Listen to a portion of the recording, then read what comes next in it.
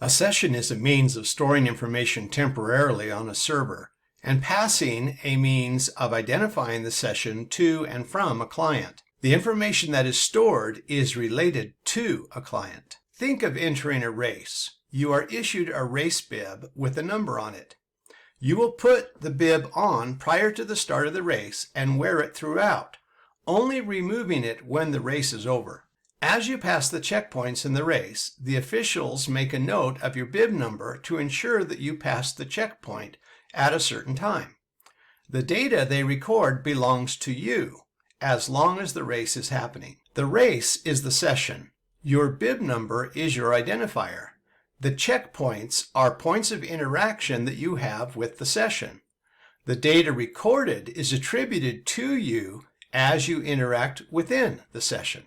In this activity, we will use 4 packages to enable this functionality: Express Session, Connect PG Simple, Express Messages, and Connect Flash. Each of these packages enable either the session or the message that we will pass through the session. The packages will be installed using PNPM, then implemented into the server.js file as middleware.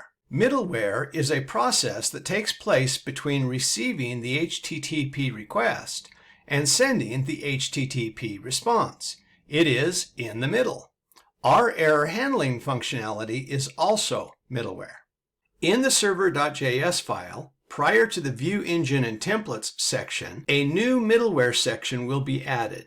In it, the session will be created. This code creates a store for holding the data in the Postgres database. If the session tables does not exist, it will create it and will use the connection pool to talk with the database server. It will use a session secret that will be stored in an environment variable to protect the integrity of the session, and will name the identifier that will be sent back and forth between the client and server, Session ID. The session secret will have to be created locally and stored in the env file, then recreated in our production server as an environment variable. To do this, open the .env file and create the name of session_secret. Then, using the terminal, write the code shown to generate a random string. Every time the code is run, a new string will be created. Copy the string and paste it into the .env file as the value for the name.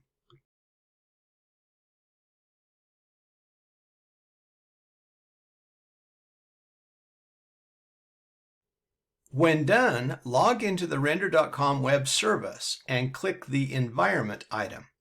Create a new environment variable, enter session_secret as the name or key, and copy the string from the .env file and paste it as the value. Save the changes. With the setup complete, it will be time to test the message system that will use the session to move messages around the application. Open the index.egs file in the Views folder. Beneath the H1 element on the page, create an EJS code block with the messages function as shown in the video. Save the view. Remember, this is only for testing, and this message will be removed when done. To set the test message, open the basecontroller.js file from the controllers folder. In the request handler function to deliver the index view, create an empty line just above the res.render function. In the empty line, add the message shown in the video. The request.flash function uses the Flash message package installed earlier to attach the message to the request object. The function has 2 parameters. The first represents a message type and should match a CSS class that will style the message when it appears in the view. This value can be anything. The second parameter is the message itself. This will be temporarily stored in the session, then extracted when the view is built and displayed. Save everything and start the development server. Open a browser window and go to localhost 5500.